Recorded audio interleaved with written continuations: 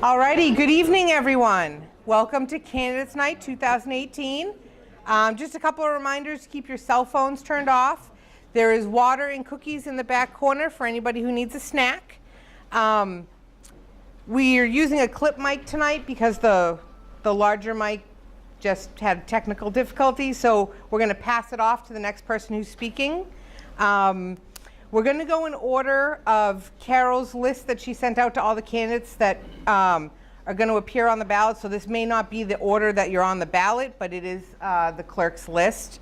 Everybody's going to have 3 or 4 minutes to talk about their platform or about themselves, what they want to do in that office. And then we'll go to the next person. We're not going to take any questions, but at the end of the formal presentations, there'll be plenty of time for you to talk to the candidates that you're interested in and see where they are and ask individual questions at that time. So we'll stay here tonight as long as we need to for everybody to get the utility out of this that we need to. Talk loudly since we don't have that mic, and it's going to be looped on the cable access channel and available on the town website between now and the election so that people can view who weren't able to come. Yep. What number channel that is? I don't. Verizon, it's 31. Does anybody know what charter channel it is? 191, yeah. Thank you. Okay, so we'll start off with the Office of Selectmen. We have 3 candidates here tonight who are running for that office, and we'll start with Mr. Manahan. Hi, my name's Mike Manahan. I'm running for Selectmen. I ran for Selectmen last year and came close, but I didn't make it, and going to try again this year to help out the town. My platform last year is the same as this year. It's communication. Communication between the boards, the Selectmen board, the planning board, all the boards of the town, and all the people that work and volunteer their time for the town. I feel that the communication has to start before things happen so that we don't read about them on Nextdoor after they already happened, and it's twice as hard to reverse these things. I want to get the information, or try to find a way to get the information about these things to the people, whether it be through Nextdoor or any other communications that we can get.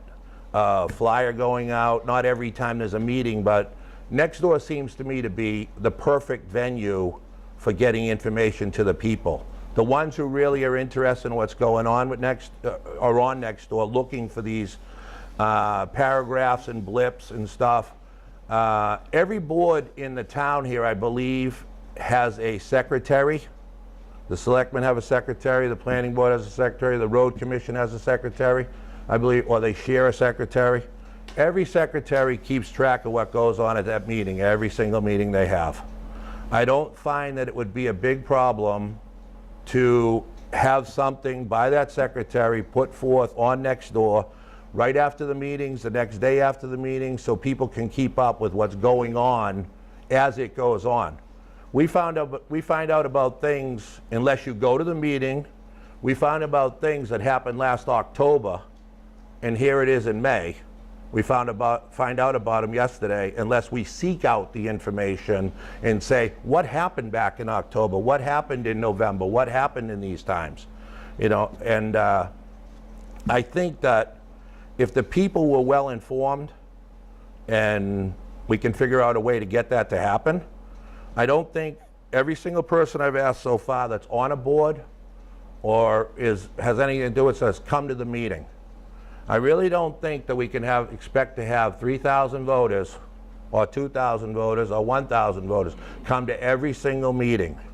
If we did, we wouldn't need any of these boards. We wouldn't need anything. We'd rule by public voting or whatever every single meeting. So I think that the communication is the key thing for all the town people to get out to the voters. And that's what I want to try to do, somehow. You know, it's not working so far for me, and I don't think it's working for a lot of people in town, because when I watch Nextdoor, I see, oh wow, I just heard about this, oh, I just heard about that, but it's already too late. The things have been written, the things have been done, and to try to reverse them is 10 times harder than to correct them at the beginning. You know, I think that as a selectman, you have to get the pulse of the people basically on what they want to accomplish in their town. Do they want the fire truck put on their ballot 2 years in a row because they didn't get it the first time? Do they want money spent on the water system? Do they want this to happen? Do they want these things to happen? And if they do want them to happen, they're going to call their selectmen and say, I really want that to happen. I really think it's a good idea. And you know, and the selectmen have to listen to, all the elected people have to listen to the people. You know, they ask for something. You know, the road commission wants a hot box. I see on next door there's 300 things on there about potholes. That hot box is going to fix those potholes, and we need it. So it's communication like that that works perfect. I see ya. I'm all done. And that's just what I say. You know, I just communications, and I want to be able to, you know, help the people any way I can. Hi everyone, I'm Kieran. I live in Alexander Way. I've been living in town for about 3 years with my wife Jen, who's here with me tonight. Since I've moved to town, I've been involved with capital planning, advisory board, conservation commission, as well as the CPC, Community Preservation Committee. So I'm a big fan of being involved in your town. It's too easy to complain on the sidelines and not do anything. I think being actively involved is the way to do things in town. The reason why I'm running for selectman is because the town has some issues ahead of it. We have some tight fiscal times coming, whether it be working on the water project, highway project, and maintaining our schools. Schools are one of the main beacons for coming to Dunstable, along with the rural character and continuing to use conservation land in different areas that people in town want and really relish and enjoy. I think one of my plans, if I can be a selectman, is to focus on that fiscal responsibility while also understanding what people want. I agree with Mike. Communication's important. I'm happy to engage with people on Nextdoor. I already have a few times, as well as on Facebook. So I think it's important to listen to what people who have lived in town for a long time want and learn from their history, but also engage in new families that come to Dunstable and really enjoy the school system, the conservation land, the parkland. And I think we just need to continue to engage with different parts of the town and you know, find ways to foster that communication across the board. I think that's all I have to say. And finally, for selectmen, we have Mr. Tully. Good evening, everyone. My name's Jim Tully. Some of you know me, some of you don't. I've lived in Dunstable since 1972. My family moved here a few years prior in 1872.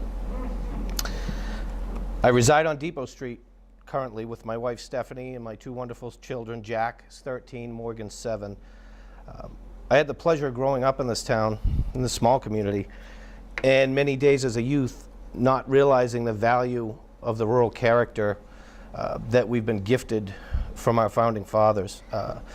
I've realized through time that we truly have a special community, and it's important to me, as well as many of you, to help maintain solid infrastructure, great schools, and that rural character.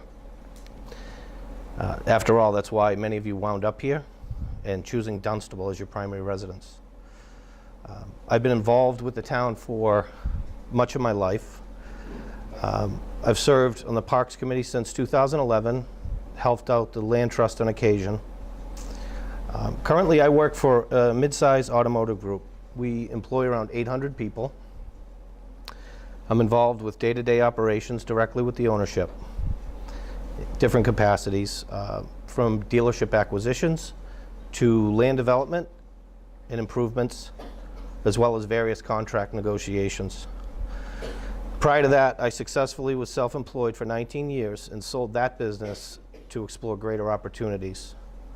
My platform is simple: community first. There's been a noticeable declining confidence, if you will, in the town over the last decade, give or take. I believe that with a little more public consciousness and transparency, we as a whole, as a community, can and will effectively maintain our town for all the taxpayers, employees, volunteers, and future generations alike. And I also understand that we cannot change a whole lot, but we certainly have the ability together to improve what many have tirelessly worked to build in generations past.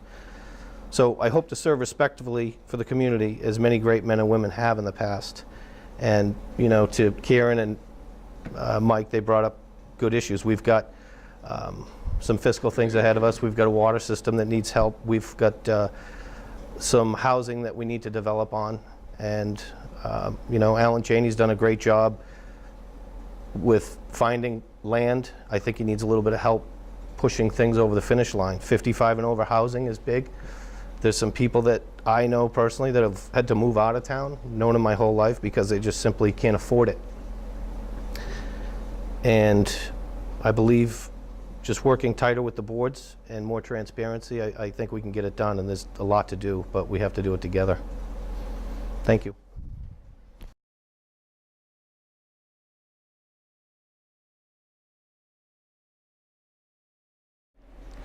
Hi, my name is Wally Alterisio, and I'm a candidate for the Dunstable Board of Selectmen.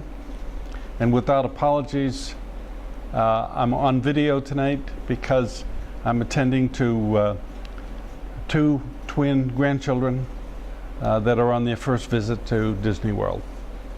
I'd like to extend our thanks to John Callahan for making this available, not only for me, but other candidates as well.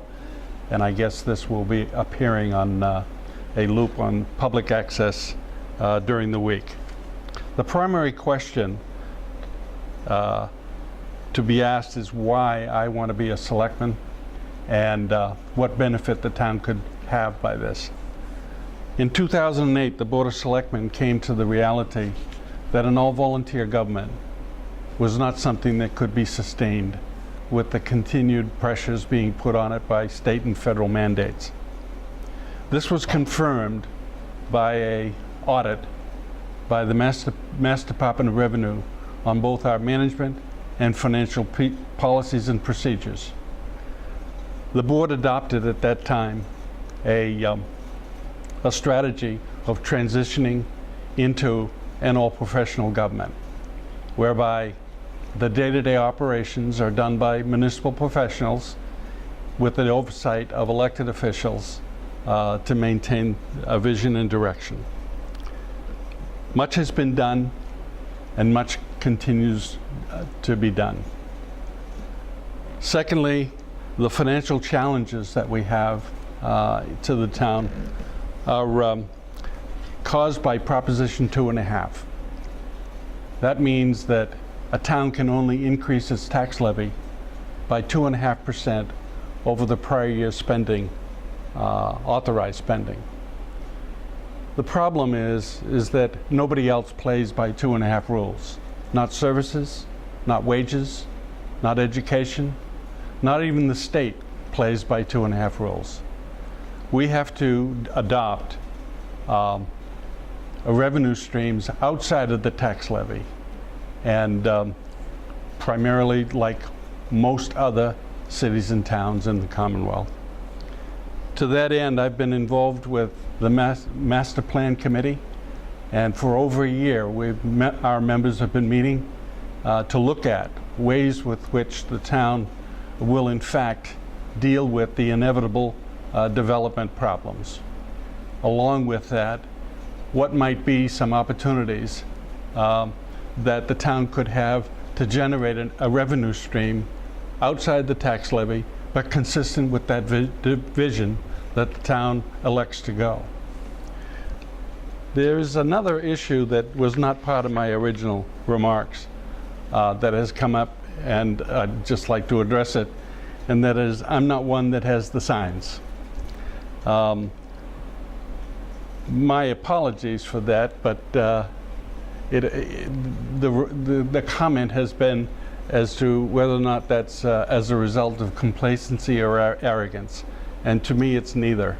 I was first elected in 1988, and in all of those years, I've not had a sign. And I've come to appreciate over all of those years that the real meaning here, whether it be politics or whether it be in your life, it's not who you are, but what you do.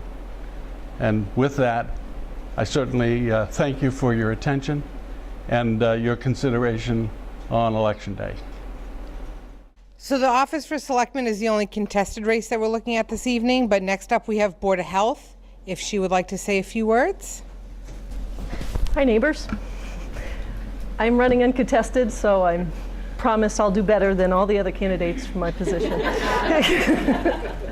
No, honestly, I really just felt that even though it's an uncontested race, that if I'm going to put my name on a ballot and ask for your vote, that I should take the time and come and tell you a little bit about who I am. And so my name's Anita Moeller. You may know my parents, Bill Moeller, Wild Bill Moeller.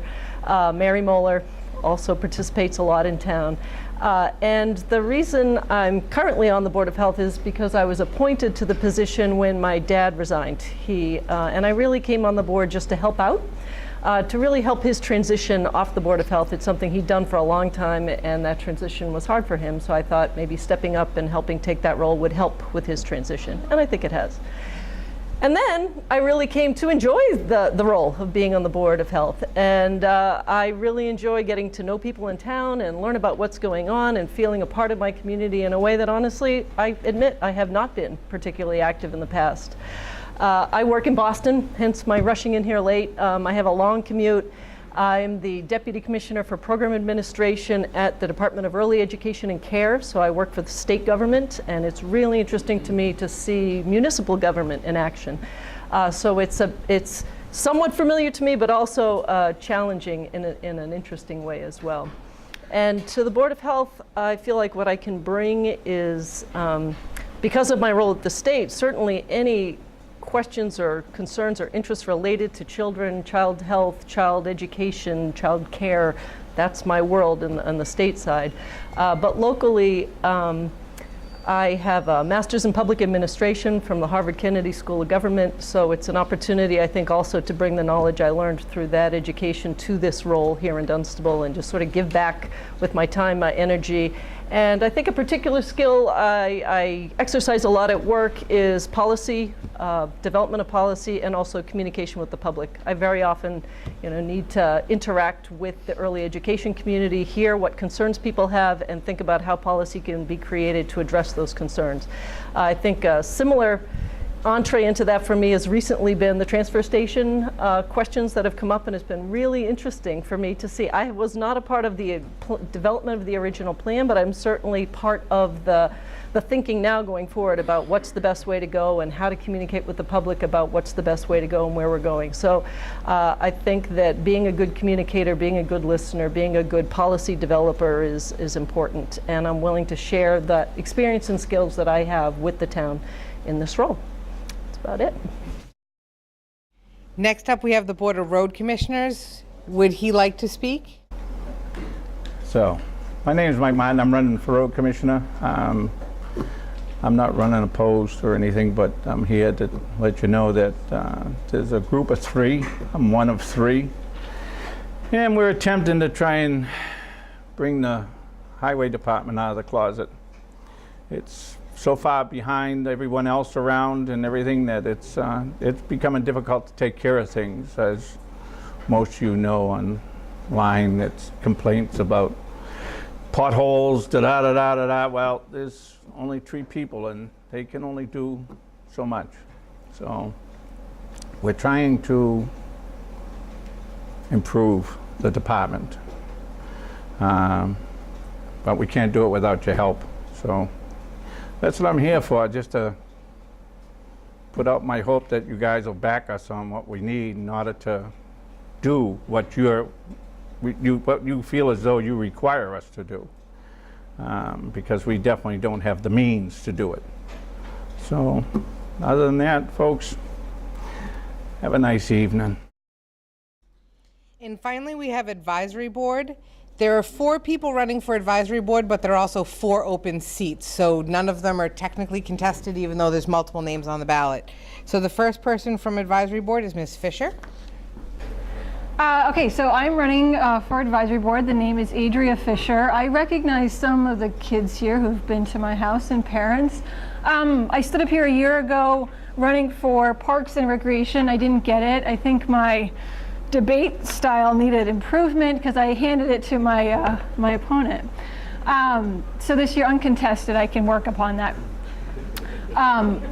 I was trailing off there. My God. So I wanted to get involved. I stood up here a year ago saying I wanted to get more involved.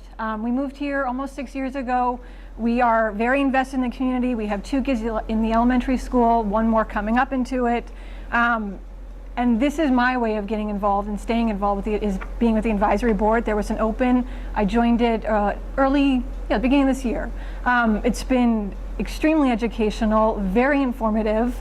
I'm learning a lot from Christine and the rest of the board members. It's a lot of work, it's a lot of effort, takes you away from your family, from your home. But I think it's worthwhile. And one of the things that I hold myself to is a civic responsibility of getting involved and staying involved. I know we don't all have the time for that. I don't think I even have the time for it. But I want you to know that I'm here to represent Dunstable, and when I sit down at the advisory board table, I try and think of myself as not just a representative of town, but also as a citizen who wants to live in this town, be invested in this town, and stay in this town and see it grow and develop in a healthy and sustainable way. I think that's all I really have to say. So I'm just happy to be involved and not have to hand it over to another opponent or the mic to Tracey right now. I'm good. And finally, we have Mr. Meehan. I guess I'm a glutton for punishment because I'm back up here. So I also filled out papers for advisory board. I filled out those papers first, and then I sort of led me to believe that I could do more for the town as a selectman. It's important to note that the selectman ballot's going to be first, and then advisory board would be second on the ballot. And I can only do one or the other. So if I don't win at selectmen, hopefully that's not the case, but I have some good competition. So if I don't win at selectmen, then hopefully I can represent the town as an advisory board member. But I can't do both. So the town sort of has it set up where advisory board is secondary to board of selectmen, as far as I understand it. So I think the advisory board, much to Adria's point, has a lot of challenges upcoming. Whether it be budgets, working with highway department, water department, and different departments across the town to better understand what they need while maintaining schools and ensuring we have proper public safety through police and fire. I think those are different things that we need to focus on, and the advisory board is where it all sort of comes to meet and discuss budgets, which is a really hot topic in town. So that's it for the sort of formal part of the night. But I want you to all stay and talk to the candidates and get your questions answered.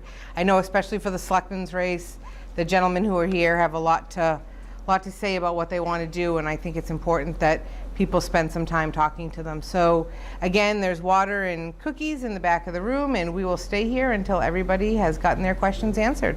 Thank you again for coming.